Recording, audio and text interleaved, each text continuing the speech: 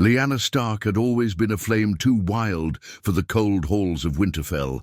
Even as a girl, her laughter echoed too loudly through the stone corridors, and her fury burned far too brightly for a daughter of the North. Ned had always known. His sister was different, dangerous even, but he never imagined how far she would go to follow her heart. When he stood beside Robert Baratheon during the rebellion, blade in hand and loyalty in his veins, he believed he fought for justice. But Lyanna's truth shattered that illusion.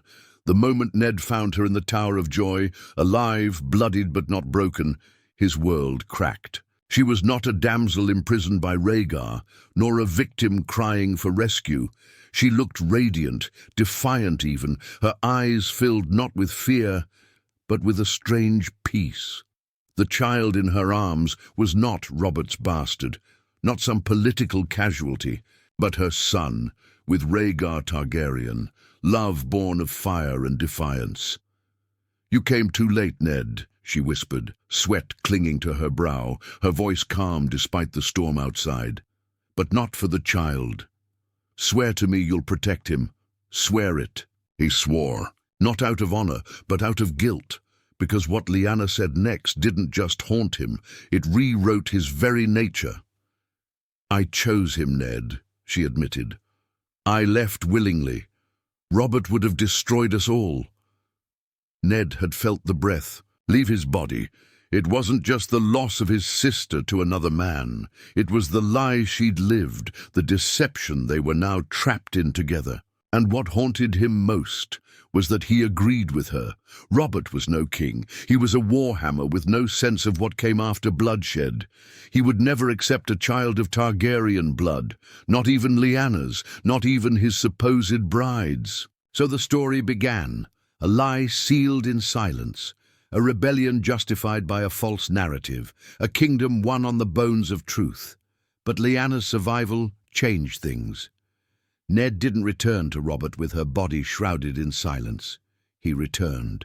With her alive, pale, sickly, but very much breathing. He told Robert only part of the truth, that Rhaegar had taken her, and she had been left to die. He never said she loved him. He never said there was a child. Robert accepted it. His heart swelled with joy upon seeing her alive, his mind too, clouded with affection to question the gaps in Ned's story. He believed it was over, but Lyanna never forgave Robert, not for Rhaegar, not for Elia, and not for the blood he spilled in her name. She played the doting future queen, smiled at court, and bore the weight of the crown's expectations. But in the shadows of the Red Keep, she plotted. Ned watched her turn colder with each passing moon. She never mentioned the child again, hidden now deep in the north, raised under another name. She spoke only of power, of how Robert's rule was already fraying at the edges, how the realm deserved more than ale-soaked vengeance. And Ned, gods forgive him, began to agree. He saw Robert drink himself into a stupor every night. He saw the crown slipped from his fingers into the hands of sycophants and liars. He saw the realm they fought to free become something worse than it had been under the Mad King. When Lyanna came to him that night, dressed not in noble silks, but in wolf-grey wool, she didn't beg or cry. She commanded. "If he cannot rule, we must," she said, "you and I, together, for Jon, for the future." He could have said no. He should have. But he nodded. And with that nod, the pact was sealed. The realm had a queen who wore no crown, and a lord who broke his sacred oaths not with fire, but with silence. Robert's reign began as a celebration and quickly decayed into chaos. He held the Iron Throne like a man gripping a weapon he never truly wanted, tight-fisted and unsure. Lyanna watched him with eyes that no longer sparkled with the mischief of her youth. She had seen too much, lost too much, and now stood at the heart of a realm built on lies. Every night in the Red Keep she heard the whisper of ghosts, Elia Martell's cries, Rhaegar's silence, and the growing ache of her own guilt. Ned kept his distance, always playing the dutiful warden of The North, but their letters carried more than ink. Secrets passed between them like poison, safe houses being prepared in the riverlands, gold moved quietly from Casterly Rock under false pretenses, whispers planted in the ears of key lords. They were not planning open war. That would be foolish. No, this was a war of slow rot, a realm consumed from within. Varys, ever the whisperer, suspected something. His little birds fluttered with pieces of half-truths. Ned Stark's extended visits to King's Landing without urgent cause. Lyanna's quiet meetings with maesters. Her unusual interest in Raven Paths and Northern Bannermen. But even Varys couldn't piece together a conspiracy this carefully woven. After all, who would believe that Lyanna Stark, Robert's beloved, was plotting against him? Lyanna was cunning. She didn't speak of treason aloud. She didn't gather swords or banners. Instead, she started with hearts.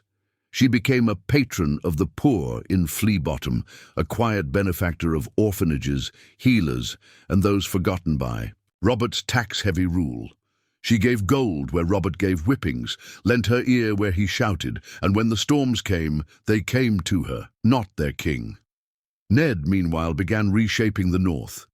He leaned on bannermen he trusted, men who hated the South, who whispered that the Targaryens weren't the only tyrants. He began moving grain, storing arms discreetly, even training more men under the guise of guarding against wildling aggression.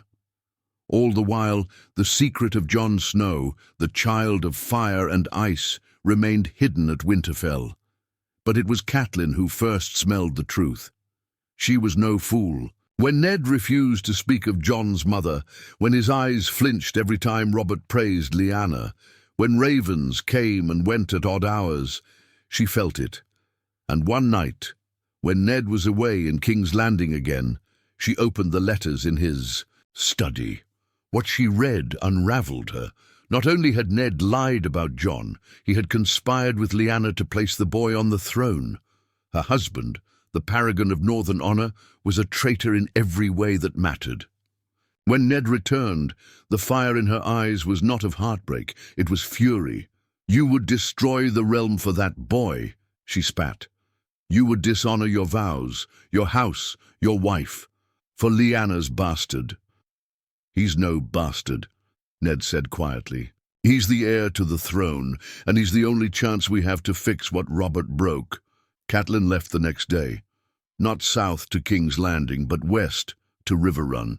To her father and to the lords of the Riverlands, the realm had begun to turn, and war was no longer a whisper.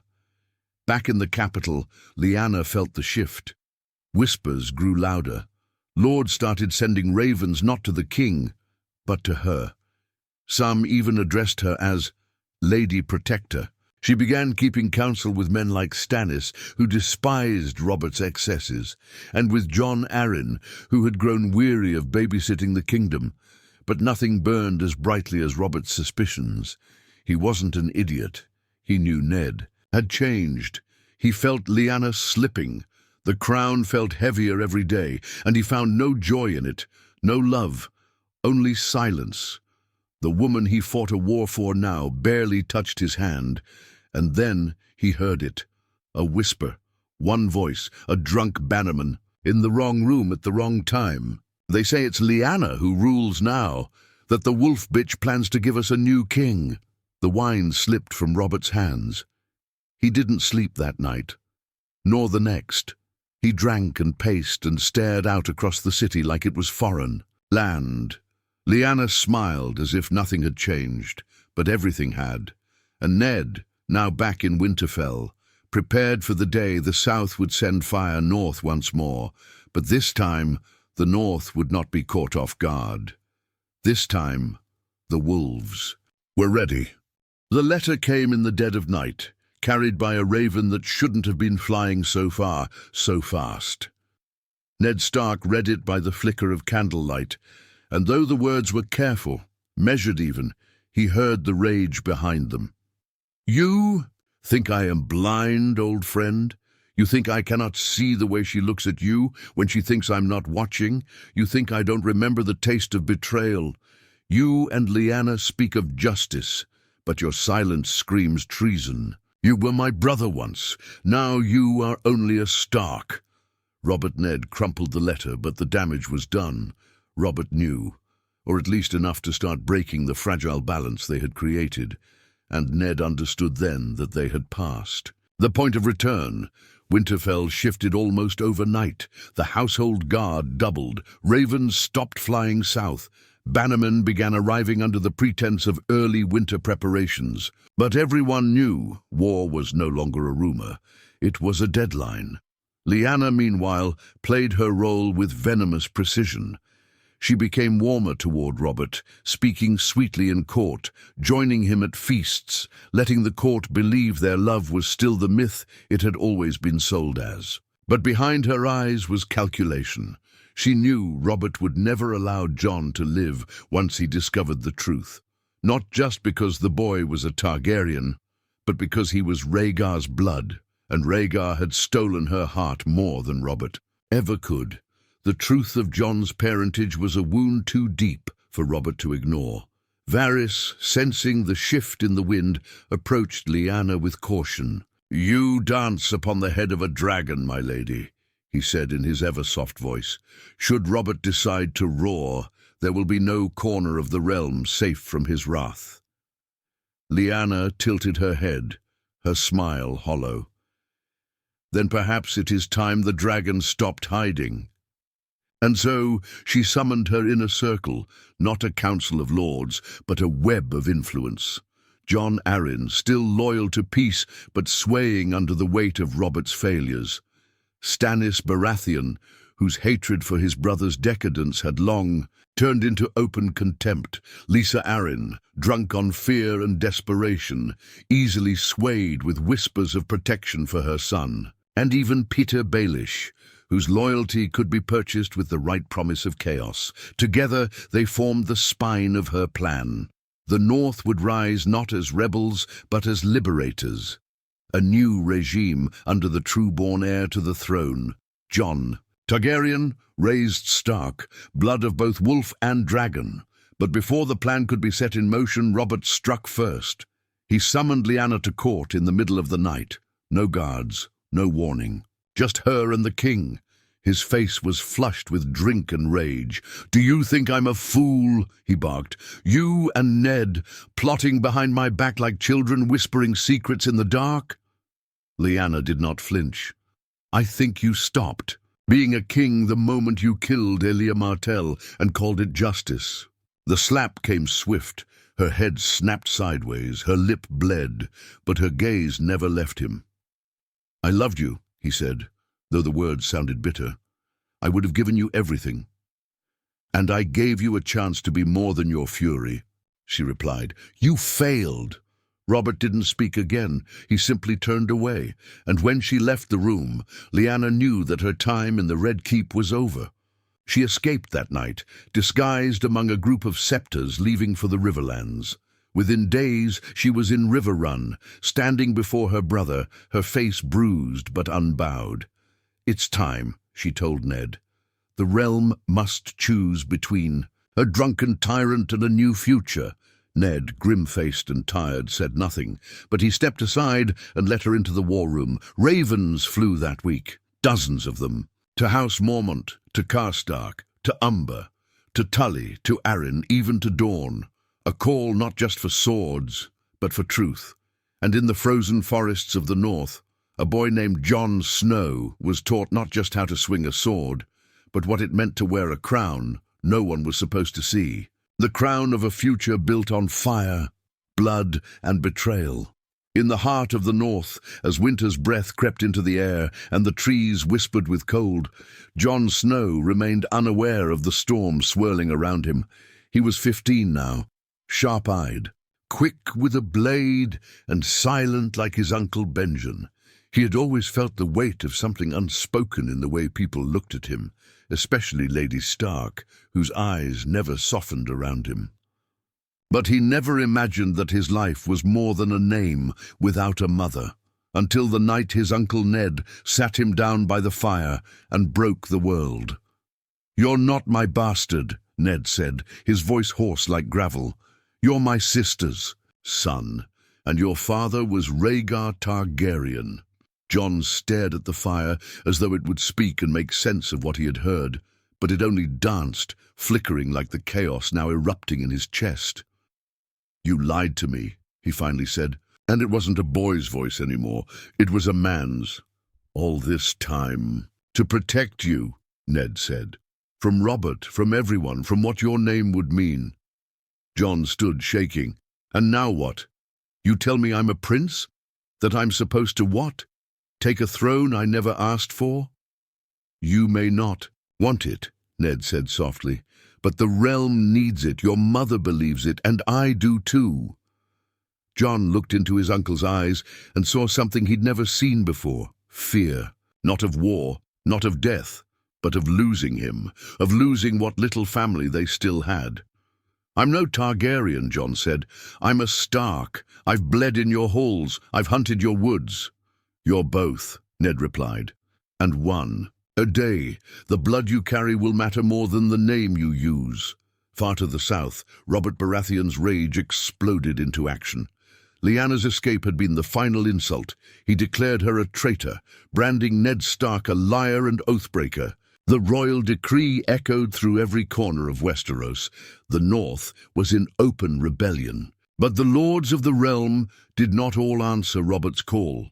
Many stayed silent. Some whispered support for Ned and Lyanna in private chambers. Others, like Dorne and the Vale, remained quiet for their own reasons. After all, Robert had never answered for the death of Elia Martell and her children, and many remembered. In King's Landing, the court grew nervous. Varys disappeared from the council chamber for days at a time. Petyr Baelish began moving gold in secret. Even Renly Baratheon seemed to walk with a different weight, watching his brother crumble with every cup of wine. But it was Stannis who made the first move.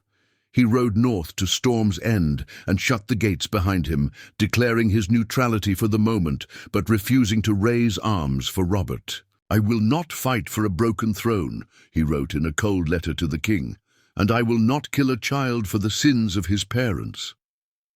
Robert was left with fewer allies than he expected.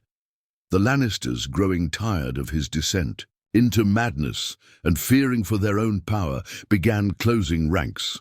Tywin Lannister sent word to Ned Stark through quiet messengers, offering something dangerous, neutrality in exchange for safety and economic favor should the war turn. It was an offer that shook the North to its core. Lyanna, sharp as ever, saw through it. "He won't join us," she told Ned, "but he'll wait. If we win, he'll claim he never opposed us. If we lose, he'll swoop in and take the ashes." Still, it gave them breathing room. And in that brief lull, Lyanna rode north for the first time in years. When she saw Jon standing with his blade in hand and confusion in his eyes, she did not cry. She did not fall to her knees or call him son. She simply said, "You look like him." Jon didn't know whether to feel proud or afraid. "I'm not a prince," he said. "No," she answered. "You're something more dangerous. You're the truth." They spent 3 days together, training, talking, clashing. She told him stories of Rhaegar that Ned had buried, of a man who dreamed of songs instead of war, who had tried to save the realm and failed. And she told Jon that now it was his turn not to fail. But when she left to return to the Riverlands, Jon felt colder than ever, not because of the snow, but because he now carried a fire inside him that would never go out, a fire that would soon be tested, because the South was marching, and war, once whispered behind closed doors, was now roaring across the land. The first clash happened in the Riverlands, just south of Harrenhal, a brutal, muddy place, perfect for the kind of war that left no songs. Robert had rallied what loyal houses he could muster, dragging the Stormlands behind him with brute force and coin. He rode at the head of a host nearly 20,000 strong, drunk not on wine, but on betrayal. The banners of the north and their allies met them under grey skies and the shadow of broken stone. And behind the banners, watching the realm rip, apart stood Lyanna Stark. She wore no armor, she wielded no blade, but she stood tall among lords and knights, her presence stronger than a war cry. The men who followed her didn't need crowns or titles. They followed her because they believed, not in prophecies, not in blood, but in her rage, her resolve, and her unshakable belief that the realm deserved better than a king who ruled from the bottom of a wine cup. Ned rode at her side, no longer merely the Lord of Winterfell, but something sharper. Every swing of his sword spoke of broken oaths, of guilt buried under snow, and of a man who had lost too much to care about glory. The battle lasted 2 days.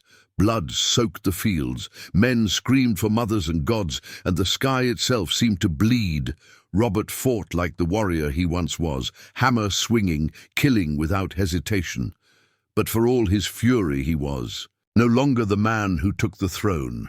He was slower, heavier, and his rage blinded him. On the second day, Ned found him. It was not the poetic clash of brothers that stories would later sing of.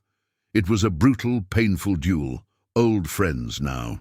Enemies soaked in blood, their past weighing on every strike. Robert's hammer shattered shields, Ned's sword danced through openings, and for a moment it seemed neither would live. But it was Robert who made the fatal mistake. He slipped, only slightly, mud on stone, a misstep in his stance. But enough. Ned didn't hesitate. Ice, the great sword of House Stark, came down hard across Robert's side, a wound not deep enough to kill quickly, but too savage to survive. The battle ended, with Robert carried from the field, broken and barely breathing. That night, under a quiet moon, Robert Baratheon died. Not with honor, not with love. Alone, in a tent that smelled of blood and rot. And across Westeros, the realm held its breath. There was no king. The Iron Throne sat empty, cold and watchful. In the Red Keep, chaos erupted. The small council fractured. The gold cloaks refused orders. Renly tried to claim his brother's throne, citing youth and beauty. Stannis returned from Storm's End, claiming blood and birthright. But then came the Raven, not just to King's Landing, but to every major seat of power. Aegon Targaryen. Lives, the son of Rhaegar. He is of both fire and ice. He is the true heir. It was signed by Ned Stark and Lyanna Stark, and for the first time in decades, the realm heard the name Targaryen without fear, but with curiosity. In Winterfell, Jon read the words in disbelief. He had not written them. He had not claimed anything. But the realm had chosen. Ravens answered with mixed fury. House Arryn pledged support, Lisa declaring her son would kneel to no one but King Jon of Ice and Fire. The Martells, finally hearing of Elia's son's survival, even if by blood only, sent their banners. House Tully stood behind their northern kin. But the Lannisters, silent. Cersei, who had once danced with Robert's children in golden halls, now sharpened her words like knives. She would not bow to a Targaryen boy raised in the snow. And Tywin Lannister, cold and calculating, began to prepare, not for a new king, but for survival. In the Riverlands, Lyanna watched the flames of her brother's funeral burn into the sky. She felt nothing. "I loved him once," she told Ned, "but love like that? It's a weapon, I see that now." Ned nodded but said nothing. For Jon, the road ahead was no coronation. It was a trial by fire, because ruling a broken realm would require more than a name. It would require him to become what no king had ever truly been. Worthy. Jon stood beneath the godswood in Winterfell, snow falling like whispers from the sky. Ghost sat at his side, silent and alert, as though the direwolf could sense the storm. Still gathering beyond the trees, he had always felt like an outsider here. Now he was meant to rule it all. The boy who once questioned his name was now a king without a crown, chosen by blood and betrayal, pushed forward by a mother he barely knew and an uncle who had lied to protect him. Ned Stark watched him quietly from the edge of the clearing. "You don't have to do this," Ned said, though his tone betrayed the lie in his own words. Jon shook his head. "I do. The realm needs someone who hasn't drowned in power or wine.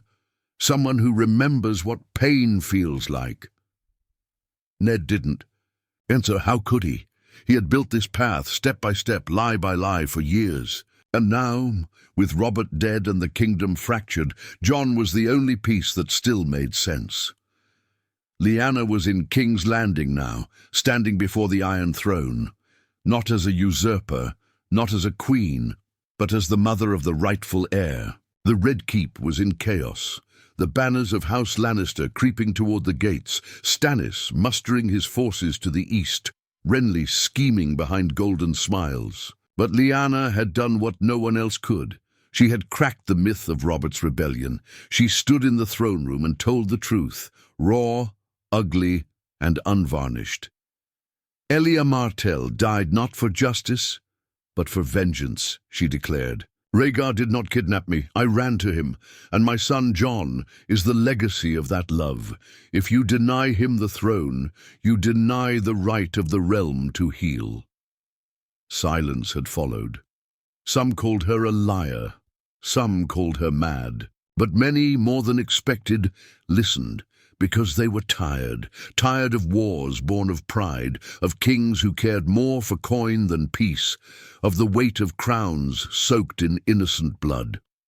Jon arrived days later, riding through the shattered gates of the capital under the dire wolf and dragon banner. His face was unfamiliar to many, but the stories had already taken root. They called him the White Flame, the Wolf Dragon, the heir who was promised. He hated every title. The first thing he did was visit the crypts, not of the Targaryens, but of the Starks. He knelt before the tomb of Ned Stark, not just to honor a lie that saved him, but to make peace with the man who had raised him, not as a prince, but as a man. The second thing he did was gather the council, not just lords, but voices of the people. Blacksmiths from Flea Bottom, healers from the Reach, a Maester who had been stripped of his chain for speaking against the war. "I will not rule as a dragon or a wolf," Jon told them. "I will rule as a man who knows the cost of silence. If I falter, take the crown from me, burn it if you must, but don't let another Robert happen again." They did not cheer, they nodded, and for the first time in years, Westeros didn't erupt in violence. It exhaled, the Lannisters seeing. No unity in the south withdrew to Casterly Rock. Stannis, ever rigid, accepted a seat on Jon's council to ensure justice. Dorne returned to the realm, not with threats, but with a quiet respect for the child of Elia's killer and brother. Winter still came, but it came under peace. Lyanna remained a shadow, retreating from public life. She had done what she set out to do, but the cost was visible in her eyes. She had loved a man and helped end a kingdom. She had raised her son not with kisses and lullabies, but with war and expectation. One night, Jon found her on the battlements of the Red Keep, staring out at the city that had once hated her name. "I did what I had to," she said. "I know," Jon replied, "and I'll do what I must." "You won't be like them," she said. "You're better." Jon didn't answer, because the truth was, he didn't know yet, but he would try, and in a realm shaped by betrayal, love, war, and fire, that would be enough for now.